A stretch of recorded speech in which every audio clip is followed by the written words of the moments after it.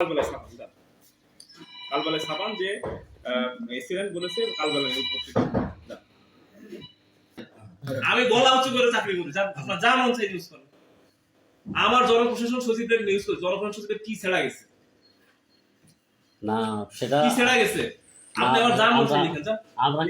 আমরা কারো সিটে আসিনি, কি করেন জানা আমরা কারো সিটে আসিনি। আপনারা স্বৈর শাসকের টিকে রাখার অস্ত্র আপনি জানেন। সংবাদপত্র কি শীর্ষে আমরা দেখছি সারা বছর।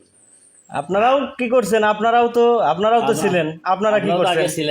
আমাদের তার দেখেন যে যান আমার 5টা স্টেশনের নাম লিখে নিয়ে যান। নোয়াখালী, খাগড়াছড়ি, বংলা, মহেশপুর, এই যে যান আমার নিয়ে ঘাটেন, যতবার ঘাটেন যে ওরকম সাংবাদিক আমি বহু দেখে আসছি। এই ব্যাপার নিয়ে আর কোনো আলোচনা নাই আমরা।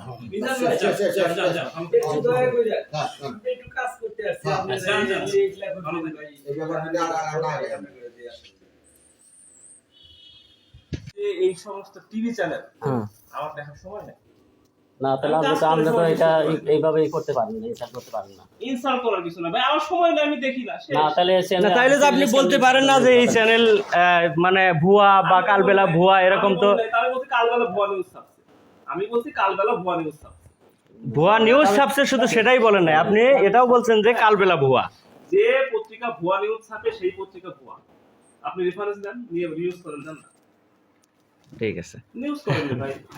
তবে আমার মনে হয় না যে আপনি একজন প্রশাসক হয়ে আপনার মুখ থেকে আমরা এরকম কথা প্রত্যাশা কখনোই করি না। আমরা কোন সাংবাদিক সমাজ আমরা এত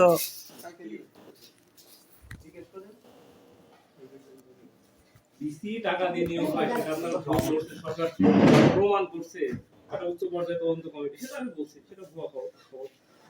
না, আপনি সরাসরি কালবেলাকে ভুয়া বলছেন। আপনি কালবেলাকে ভুয়া বললেন, এরকম একটা প্রজ্ঞাপন আমাদেরকে দেখান দেখি। প্রজ্ঞাপন না, যে খবর নিউজ না, আপনি বলছেন মুখে যে প্রজ্ঞাপন হয়েছে। যে পত্রিকা মিথ্যা খবর, সেই পত্রিকা অবশ্যই ভুয়া। মিথ্যা খবর আপনি আমার রেফারেন্স দিয়ে কালবেলায় ছাপান। আমি আপনার রেফারেন্স দিয়ে কালবেলায় ছাপান কালবেলায় ছাপান যে এসিডেন্ট বলেছে কালবেলায় পত্রিকা।